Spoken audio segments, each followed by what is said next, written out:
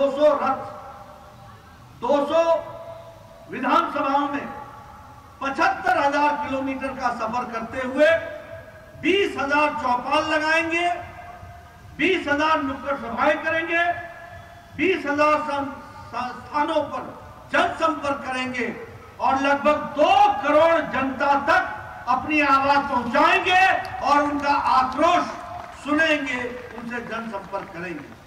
आए 100-150 लोग, कहाँ है बीजेपी?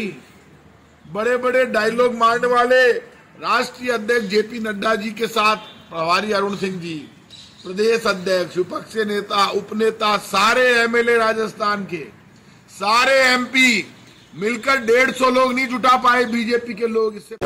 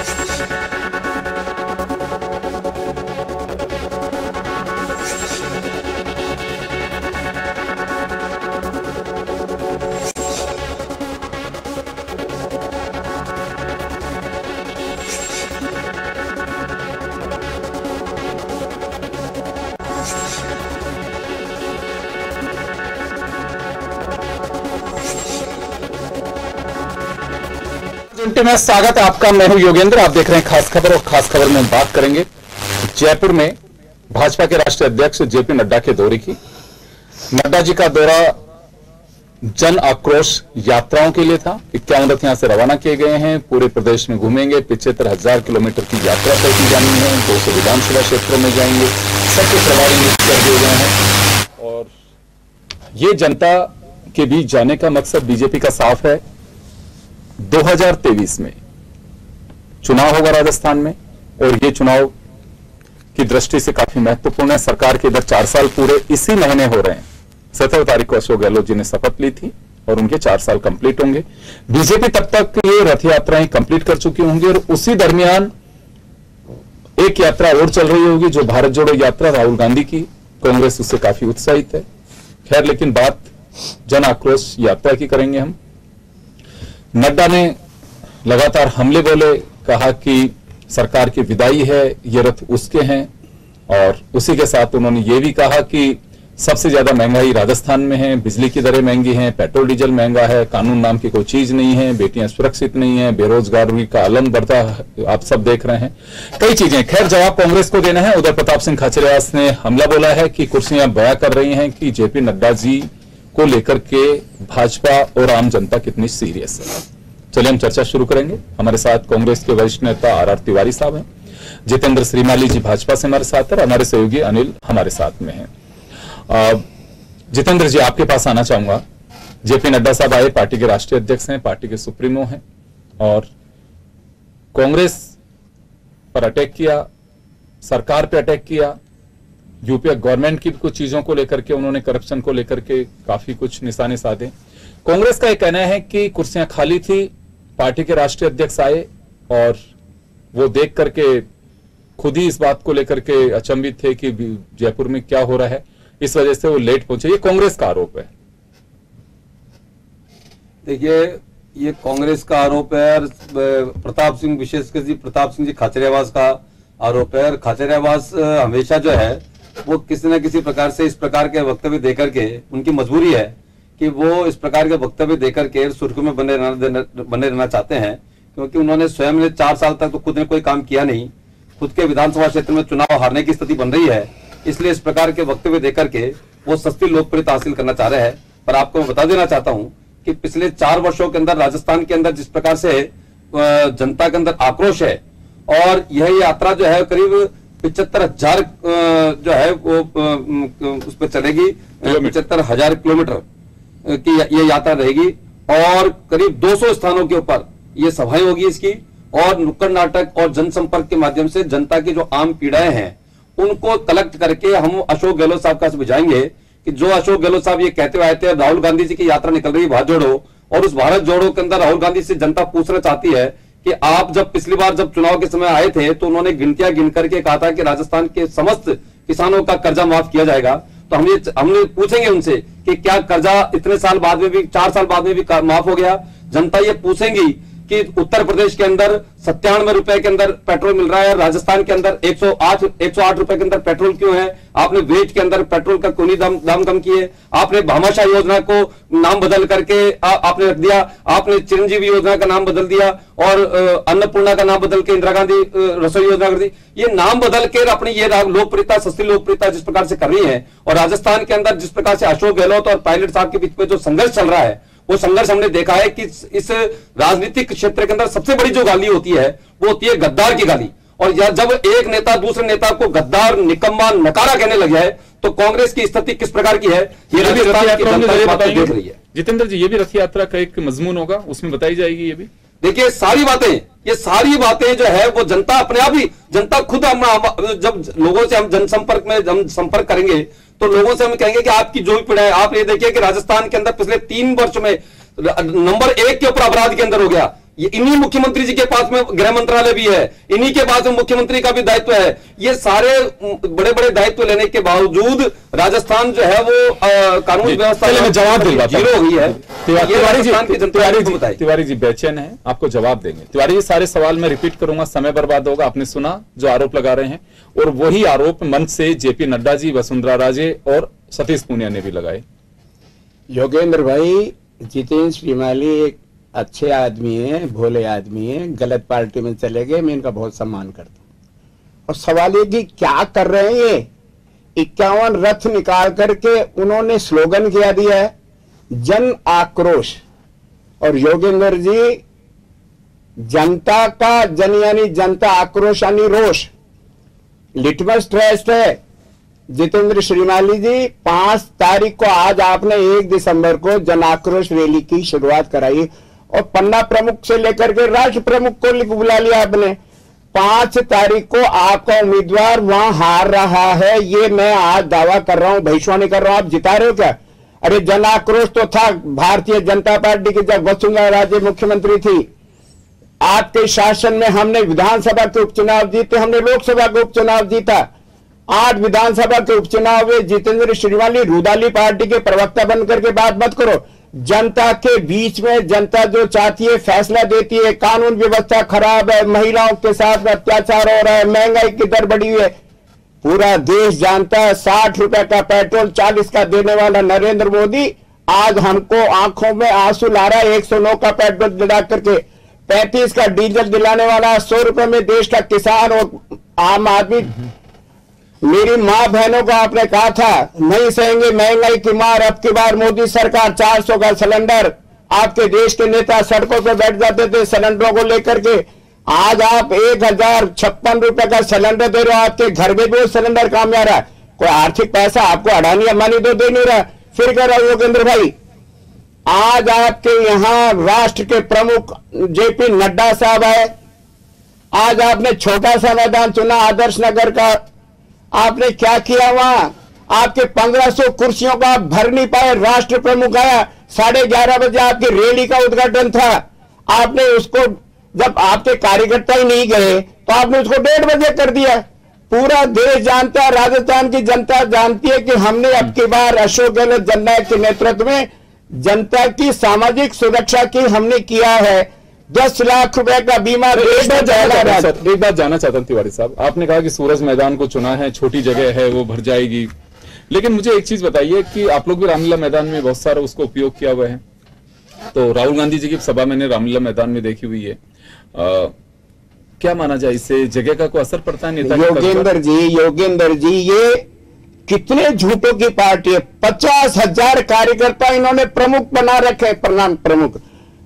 ये कह रहे हैं आज आम कार्यकर्ताओं की मीटिंग नहीं थी, हमने चुने हुए कार्यकर्ताओं को बुलाए थे। तो वो कोई मंडल के होंगे, कोई वार्ड के होंगे। अरे इनके तो कार्यकर्ता जयपुर ग्रेटर में, ये खुद वहां के पार्षद है, एक कमेटी के चेयरमैन है। वहां चुने हुए कार्यकर्ता आपके राष्ट्रीय अध्यक्ष को सुनने के लिए आ रहा। ये लिटमस टेस्ट है कि आने वाला शासन फिर अशोक गहलोत जननायक के नेतृत्व में कांग्रेस जीत करके आएगी। और 5 तारीख को हम मतदान देखेंगे, 8 तारीख को रिजल्ट आएगा। जितेंद्र भाई आप भी आ जाना, मैं भी आ जाऊंगा। जनता का फैसला जनता की अदालत में होता है। लोकतंत्र का आज उत्सव गुजरात में मना रहे हैं, हिमाचल में खुद जेपी नड्डा साहब लोकसभा का उपचुनाव है। एक सीट के सर उपचुनाव से पता लग सकता है कि हमने लगातार कांग्रेस के जननायक के शासन में हमने 6 चुनाव जीते। उनमें से तो इनकी तो जमानत जब्त हुई है, एक जगह इनकी जमानत जब्त हुई, एक जगह वापस आ रहा हूं सर आपके पास में। मैं अनिल आपके पास आना चाहूंगा। पब्लिक ये जानना चाहती है कि महंगाई दोनों ही पार्टियों का मुद्दा है और मुद्दा भी एक राजनीतिक मुद्दा है। अभी आपने सुना तिवारी जी भी महंगाई पे घेर रहे हैं सरकार को, कि हमारी यूनियन गवर्नमेंट को, और जितेंद्र श्रीमाली साहब भी महंगाई की को लेकर के। ये महंगाई वास्तव में मुद्दा किसका है? मुद्दा दोनों तरफ से है, आंसू पहुंचना भी दोनों ही चाहते हैं, लेकिन राहत कोई नहीं देना चाहता।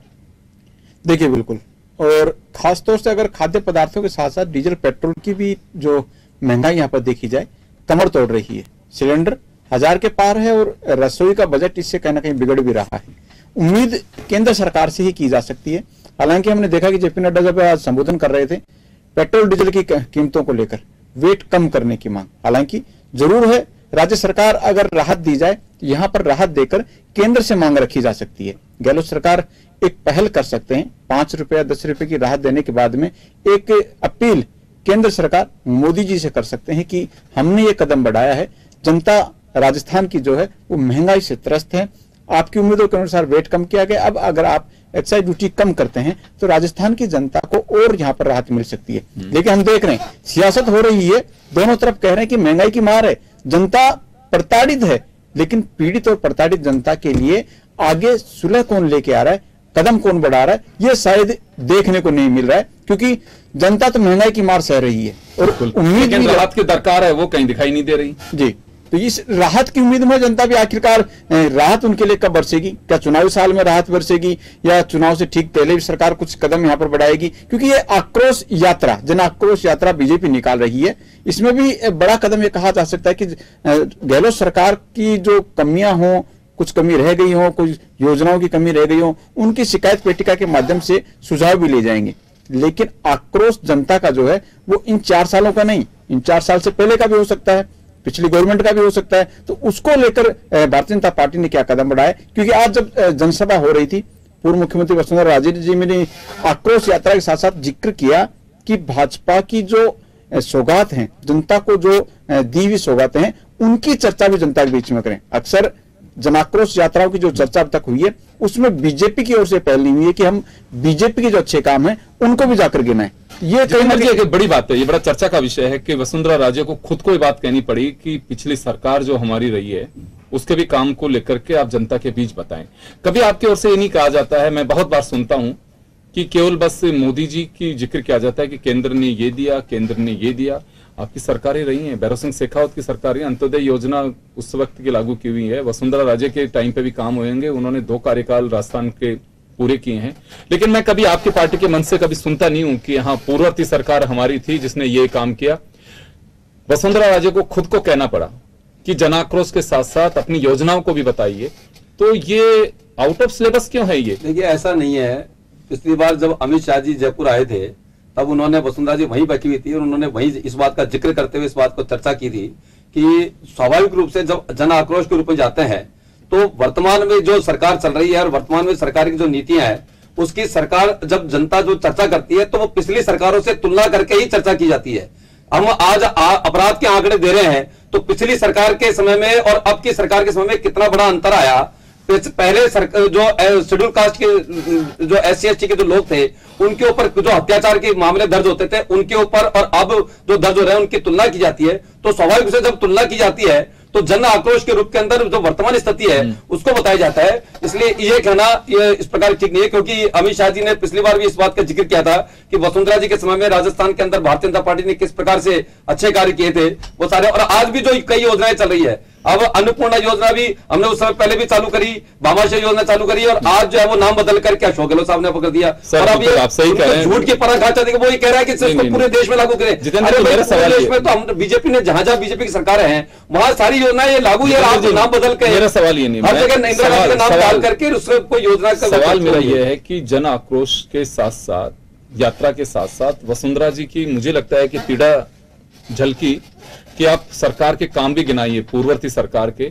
लेकिन आपके देखिए, अब बेशक आप कहें कि हम लोग जो तुलना करते हैं वो यही करते हैं कि हमारे वक्त यहाँ आंकड़े रहे, आपके वक्त यहाँ आंकड़े रहे, कांग्रेस के जब आप तुलना करते हैं। और आप कह रहे हैं कि JECC में जब आए थे अमित शाह तो उस वक्त उन्होंने वसुंधरा जी गवर्नमेंट के, आपको ध्यान है कि किस योजना का उन्होंने जिक्र किया होगा? नहीं, उन्होंने संपूर्ण कार्यकाल का जिक्र किया था और 2-3 योजनाएं मैंने सुना था मैंने सुना था उन्होंने बताया था कि वसुंधरा जी वही बैठी हुई थी और वसुंधरा जी के सामने उन्होंने कहा कि वसुंधरा जी की सरकार, अभी वसुंधरा जी को कहना पड़ा, वसुंधरा जी को कहना पड़ा कि बिल्कुल जो भी आदमी व्यक्ति मुख्यमंत्री होता है वो निश्चित तौर के ऊपर कहता है। और जब जनता के पास जन आक्रोश के रूप में जब जाते हैं सब सामने चिट्ठी लेकर के, तो स्वाभाविक रूप से जनता जो अपने पीड़ा बताती है वो पिछली सरकारों के अंदर, हम जब आए मोदी सरकार के समय तो हम हमेशा कांग्रेस के 60 साल के जो शासन थे और 60 साल तक कांग्रेस ने किस प्रकार से देश के अंदर झूठ का एक तांडव किया। अरे आप तो गैस सिलेंडर हमारी कीमत पे दिला दो, आप वापस सब तुलना करते हैं। मैं कह रहा हूँ जितेंद्र भाई, आप के पास आऊंगा, आप के सवाल जी आप जवाब दीजिए। मैं कह रहा हूँ जितेंद्र भाई, आप तो कांग्रेस शासन की गलतियां बना रहे हो। तो मैं कह रहा हूं पेट्रोल के दाम, डीजल के दाम, रसोई गैस के दाम, दालों के दाम, तेलों के दाम दीजिए। आप दालों के दाम बता दो, मेरी माँ बहनों को दाम में दिला दो। आपकी अरे सरसों का तेल, आप एक उदाहरण दीजिए राजस्थान। अरे पूरे देश में महंगाई की मार है, पूरा देश त्रस्त है, मोदी भक्त बनने सुनिए चर्चा कर रहे हैं। आज एक नई बात और देखी होगी। आप इनके अनुशासन वाली चाल चरित्र चेहरे वाली पार्टी है। जब वसुंधरा राजे जी बोल रही थी, वसुंधरा राजे जी के जिंदाबाद के नारे लग रहे थे, और जब सतीश पूनिया बोल रहे थे तो सतीश पूनिया के। अरे आपके ये तो हमारे यहाँ चलता है, आपके यहाँ तो नड्डा के मोदी के अलावा नारे नहीं लगने चाहिए थे। आपके यहाँ लगे ना, तो आपके यहाँ फूट नजर आ रही है। यही तो मैं कह रहा हूँ, भारतीय जनता पार्टी 6 नए मुख्यमंत्री में। अरे आज राजेंद्र राठौड़ अपना सर अलग से लेकर के गए, वो हाईकोर्ट में पहुंच गए कि साहब सीपी साहब हमारे जो 91 विधायकों के उनकी जांच करें। हम भाई पहले अपने घर में कार्यकर्ता क्या क्या कह रहे हो। अरे राष्ट्र प्रमुख से बड़ा कोई नेता नहीं आता। राष्ट्र प्रमुख आज जयपुर की धरातल पर राजधानी में है, जहाँ सतीश पूनिया जयपुर के विधायक हैं, आपके राजस्थान के अध्यक्ष हैं। आपके सारे नेता अनुशासन वाले हैं। और मैं फिर कह रहा हूं, आप कह रहे हो हमारे राज्य में ये अशोक गहलोत की बड़ी देन थी। हमने एफआईआर लॉस करने के लिए कानूनन प्रतिबंध लगाया एसएचओ को कि कैसा भी मुकदमा हो वो दर्ज होना ही चाहिए। आप पुजारी मरा उसकी इस्तेमाल से आपके आर्मी का जो मुकदमे की आप संख्या बताते वो इसलिए ही है कि राजस्थान के जननायक ने कहा कि मुकदमा दर्ज होना चाहिए, उसका फैसला होगा। और फिर एनसीआरबी का यह भी फैसला योगेंद्र भाई कि उसमें 44% मुकदमे झूठे पाए जाते हैं। ये भी भारतीय मानक ब्यूरो का उसमें राजस्थान के वक्त ये देखिए, सुनिए कुछ मामले ऐसे इन्वेस्टिगेशन के पार्ट हैं, ये आंकड़े झूठे। देखिए ये कटारिया जी भी कहा करते थे कि एट्रोसिटी और महिलाओं के जो मामले हैं ये कई बार कई तरह के एंगल से होते हैं और उसमें जांच का विषय होता है। खैर देखिए, ये मैं एक बात जानता हूं, ये तो राजनीतिक दलों को आप लोगों को भरोसा करना है, सिस्टम वही है। ये तो होता नहीं है कि जो प्रशासनिक लोग हैं या सबऑर्डिनेट्स हैं, जो पार्टी जीतती है उसी के कार्यकर्ताओं को थाने में बैठा दिया जाए, तहसीलदार बना दिया जाए, कलेक्टर बना। जो देखो हमारे सिस्टम में अपनी काबिलियत से जो लोग आए हैं वो कार्यपालिका का हिस्सा बने हैं, हम सब लोग अच्छे से जानते हैं। बेशक आरोप लगाना बहुत अलग बात है, सिस्टम में वही लोग रहेंगे, सरकारें आती हैं जाती हैं। अब सबसे बड़ी बात यह है कि आप उनसे काम कैसे लेते हैं, ये सबसे बड़ी बात होगी कि आप लेना कैसे चाहते हैं काम करवाना है, काम को किस तरह से करवाना है, ये सरकार पे यानी कि घोड़े को कैसे चलाना ये घुड़सवार पर डिपेंड करता है। मनीष आपके पास आना चाहूंगा, ये बड़ी चर्चा, मैं वहां नहीं था मौजूद लेकिन मैं लाइव देख रहा था, उसके बाद में कुछ मित्रों से जैसे चर्चा हुई, ये नारेबाजी को लेकर के आपको लगता है कि कुछ चर्चाएं और होंगी आने वाले दिनों में? वसुंधरा राजे जब बोल रही थी तो उनके समर्थक और सतीश पूनिया बोल रहे थे तो उनके समर्थक, ये मतलब स्वाभाविक है या फिर वास्तव में कुछ ये कहा जाए कि दोनों ओर से धड़ेबाजी वहां दिखाई दे रही थी, या फिर कांग्रेस की तरह बीजेपी में भी हाथ उठवाने की आवश्यकता पड़ेगी? देखिए, एक संकेत वाली राजनीति कही जा सकती है, क्योंकि मंच पे जो नेता होते हैं उसमें बड़ा कौन ये अक्सर देखी जाती रही है। और बीजेपी में अक्सर हमने देखा है कि अभी तक जो स्थिति चल रही है, जरूर दबी जुबान के लोग विरोध कर रहे हैं, खुले मंच पर नहीं है, कांग्रेस की तरह स्थिति नहीं है। लेकिन अगर अभी भी कहीं ना कहीं अगर आलाकमान की ओर से इशारा नहीं हुआ आने वाले दिनों में, क्योंकि अभी चुनावी मोड में राजस्थान में यहाँ पर स्थिति आने वाली है, साल भर का समय यहाँ पर है, और जिस तरह की स्थिति आज देखी गई है, पूर्व मुख्यमंत्री वसुंधरा राजे बोलने के लिए आती हैं, उनके कार्यकर्ता नारेबाजी करते हैं, वसुंधरा जी की जय जयकार लगाते हैं, अच्छी बात है, सभी कार्यकर्ता लगाते, एक सुर में लगाते तो वो एक अलग स्थिति नजर आती। लेकिन कार्यकर्ताओं में भी धड़ेबाजी, तो ये स्थिति कहीं ना कहीं देखने को मिली कि शायद यहाँ पर भी खेमेबंदी सी लगी, कुछ कार्यकर्ताओं में बंटवारा भी लगा, और ये भी लगा कि ये लोग वसुंधरा जी के पक्ष में, ये लोग सतीश पूनिया जी के पक्ष में। तो ये जरूर कहा जा सकता है कि बीजेपी में दिखाने को सब कुछ ठीक ठाक जरूर है, लेकिन अंदर खाने शायद कुर्सी किसकी होगी या फिर चेहरा किसका होगा आने वाले चुनाव के अंदर, इसकी लड़ाई अभी से शायद शुरू हो गई है, जंग की तैयारी है। अगर आलाकमान किसी को चेहरा बनाते हैं तो इस दौड़ में अगर देखा जाएगा आने वाली स्थितियों में जिसको चाहता है, जो चाहता है वो आगे है, तो उस कमान को लेकर वो आगे बढ़ेगा। लेकिन अगर वो नाम आगे नहीं आते तो शायद इस जंग के अंदर और कई नाम ऐसे भी होंगे जो फाइट करेंगे, और इस कुर्सी की दौड़ में राजस्थान की राजनीति के अंदर मुख्यमंत्री का चेहरा राजस्थान से कौन होगा, इसको लेकर लगातार अपनी लड़ाई तेज करेंगे। क्योंकि अब तमाम नेताओं को, बीजेपी के नेताओं को लगता है कि अब एंटी इंक्रीमेंसी कांग्रेस के खिलाफ है, बीजेपी की सरकार तय है, तो ऐसे में क्यों ना ये अवसर वो भुनाएं और सबसे पहले आगे बढ़ें, आलाकमान को बताएं कि उनके पास कितनी पावर है, वो किस तरह के नेता हैं, अच्छे छवि वाले नेता हैं, जनता के बीच में उनके पैठ भी है, और अगर उनको आगे बढ़ाया जाता है तो शायद वो कमान संभाल सकते हैं। तो ये दौड़ अभी भी कहीं ना कहीं शुरू होने वाली है। जितेंद्र जी, ये मेरी कोई चिंता नहीं है इसमें, क्योंकि हम लोग मीडिया के लोग हैं और हम वो दिखाते हैं जो सामने दिखाई दे रहा है। नारेबाजी को लेकर के एक ये कहा जा रहा है कि बीजेपी कांग्रेस पे तो कमेंट्स कर रही है, लेकिन इनके यहाँ भी धड़ेबाजी है, अभी खत्म नहीं हुए हैं। बेशक आप लोगों के यहाँ से कहा गया कि 2023 में नरेंद्र मोदी चेहरा होंगे और कमल का फूल हमारा सिंबल होगा, इसी को आधार बना के हम चुनाव लड़ेंगे। लेकिन अभी वसुंधरा जी बीच बीच में जा रही हैं, सतीश जी भी अपने अंदाज से जा रहे हैं, दूसरे नेता भी जा रहे हैं।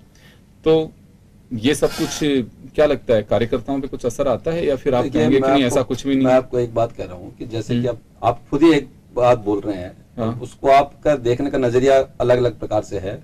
आप ये कह रहे हैं जब अशोक गहलोत साहब वो सतीश पूनिया जी जब भाषण देने खड़े हुए तो सतीश पूनिया की जिंदाबाद के नारे लगे, और वसुंधरा जी खड़ी हुई तो वसुंधरा जी के नारे लगे, नड्डा जी खड़े हुए नड्डा जी के नारे लगे। इसका अर्थ यह है कि जो भारतीय जनता पार्टी का जो कार्यकर्ता है, वो जो भी नेता है, उनके लिए सभी समान रूप से हैं, और सभी के जब वो खड़े भाषण देने के लिए खड़े हुए तो वो सबके लिए, इसका मतलब सभी के सामूहिक प्रयासों से हर काम होता है। और आने वाले चर्चा जितेंद्र जी, चर्चा देखिए, आप पार्टी के कार्यकर्ता हैं और एक अच्छे स्पोक्स पर्सन है, बिल्कुल बहुत बढ़िया तरीके से आप बात करते हैं, क्योंकि एक वकील भी हैं आप। लेकिन मैं इस वजह से सवाल मेरा इस वजह से है कि पिछले दिनों जब रथ को लेकर के चर्चा थी तो उस समय ये कहा गया था कि वसुंधरा जी की फोटो नहीं है, इस पे केवल जेपी नड्डा और प्रधानमंत्री की फोटो होगी, कमल का निशान होगा। एंट्री करनी पड़ी वसुंधरा जी की भी, और वसुंधरा जी आ गई तो सतीश जी को भी लगाना पड़ा। ये इस वजह से मैं नहीं कह रहा, ये सियासी गलियारों के कुछ ऐसे सवाल हैं और आप लोगों के पास में इनके जवाब हाजिर हैं तो ठीक है, नहीं तो आगे आप लोगों को कार्यकर्ताओं से भी सुनना पड़ेगा इन सवाल चीजों को कि ये सब कुछ अपन कांग्रेस पे तो कमेंट कर रहे हैं, लेकिन हमारे यहाँ क्या स्थिति है। देखिए, ये आप जो कह रहे हैं बात, मैं एक बात कहना चाह रहा हूँ, बिल्कुल बहुत क्लियर वो बात है कि भारतीय जनता पार्टी के अंदर हर काम, हर आंदोलन, हर कार्यक्रम, हर काम एक व्यवस्थित कार्यक्रम होता है और हर तरह का, हर चीज के नियम होते हैं। यहां पर बिल्कुल स्पष्ट रूप से नियम यह है कि साहब इस प्रकार से राष्ट्रीय अध्यक्ष, प्रदेश अध्यक्ष, प्रतिपक्ष नेता या प्रधानमंत्री, उसके नॉर्म्स तय कर दिए जाते हैं कि इस प्रकार के जो है वो ये फोटो रहेगी, ये नहीं रहेगी। वैसे जो जनरल कार्यक्रम होते हैं उसके अंदर कोई किसी प्रकार की किसी की फोटो लगाए, इसमें ऐसा कोई रोक नहीं है। पर संगठन का जो ऑफिशियल जो कार्यक्रम होता है उसके लिए ऑफिशियल ही चीज तय होती है, इसको दूसरे किसी नजरिए से देखने की आवश्यकता है, ये शुरू से चला आ रहा है। परंतु यहां पर आप स्थिति, यहां पर तो केवल आप फोटो लगाने या भीड़ के नारे लगाने की आप बात कर रहे हैं, पर आप देश में, प्रदेश में जो स्थिति है, किससे जनता भुगत रही है, किसके कारण से जनता त्रस्त है। आप ये देखिए, यहाँ जो दो बड़े नेताओं की लड़ाई के कारण से राजस्थान की जनता 4 साल से त्रस्त है। 2 महीने तक आपको होटल में बंद रहना पड़ा, आप होटल के अंदर 2 महीने बंद रहना पड़ा, आप 10 करोड़ रुपए खाने के अपने लोगों पे, अपने नेताओं पे, अपने मंत्रियों पे आप आरोप लगाते हैं, पुलिस के द्वारा आप कोई कार्रवाई करते नहीं है। तो ये जो झूठ का जो दोगलापन है मुख्यमंत्री जी का, ये दोगलापन राजस्थान की जनता देख रही है, और इसे दोगलापन का जवाब आने वाले 2023 के चुनाव के अंदर दिसंबर को कर रहे हो क्या फैसला? आप तो ये बताइए, राजस्थान में जितेंद्र भाई आपने जी की पुत्री को आप तवारी जी मेरी एक बात का जवाब दिए, वसुंधरा जी की फोटो लगाने नहीं लगाने से जनता पर कोई प्रभाव नहीं पड़ता है। सतीश पूनिया जी की लगनी चाहिए नहीं लगनी चाहिए, जनता, आम जनता को कोई मतलब नहीं होता है। परंतु जनता को इस बात से मतलब होता है कि प्रदेश में जो सरकार चल रही है उसकी आपसी लड़ाई और खींचतान के कारण से 3 महीने तक अगर कोई सरकार जो है वो होटल में बंद रहना पड़ेगा, उसके बाद जनता की अदालत के जवाब देना पड़ेगा। तो वकील